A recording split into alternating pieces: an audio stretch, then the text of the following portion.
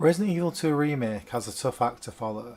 A remake of the second game would be a high benchmark in anyone's book, but in this particular case we could subsequently hold and compare the original Resident Evil 2 and the remake to Resident Evil 1.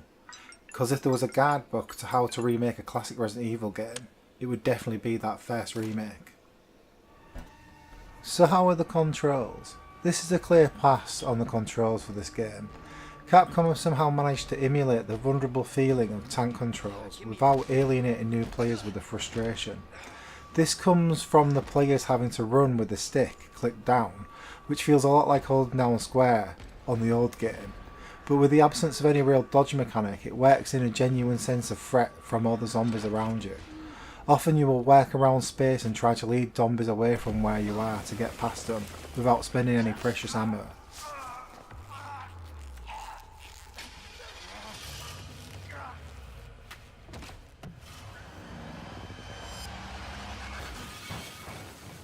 And yes, ammo is precious in this game. On the standard difficulty, zombies take loads of damage to go down.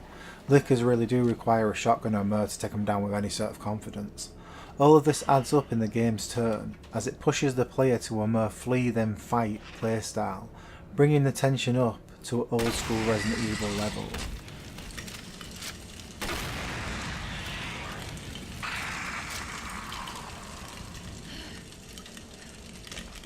Mr. X in the original game pursued you in various set pieces throughout the game. In the remake, however, it is way more intense. He actively follows you in real time around the police station. All the old boundaries from the original game are smashed, as he can now chase you through the main hallway, anywhere in the police station, and your only sanctuary being the save rooms.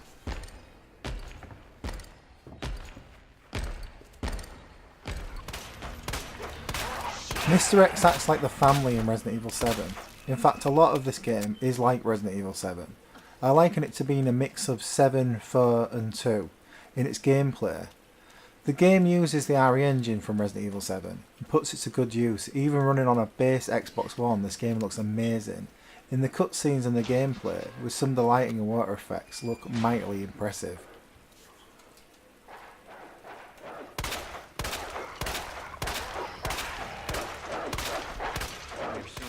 The story is being retold in a more dramatic and gory turn, but I feel like it only feels like that because of the cinematic visuals. It sticks pretty close to the original source material.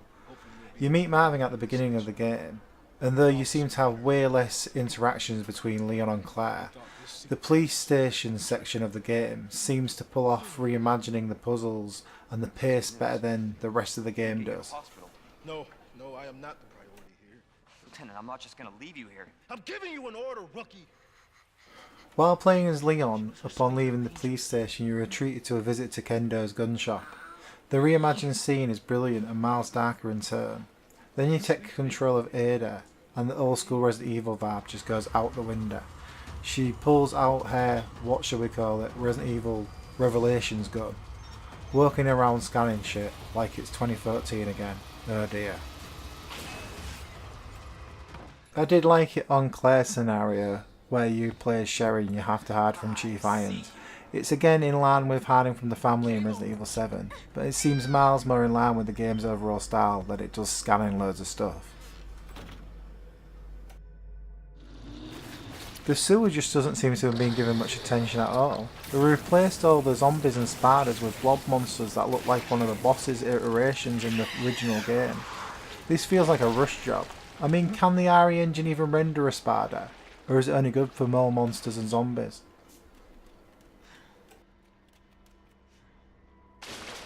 This is the biggest letdown. It's the enemies that have been cut. You don't see any spiders or get to fight a giant moth. I mean, you do get a bitchin' ass scene with the crocodile and you play like a Crash Bandicoot chase, which is pretty awesome. The game does pick back up once it's in the labs. The Plant 33 now takes centre stage and the old school feeling comes back with the new plant zombies.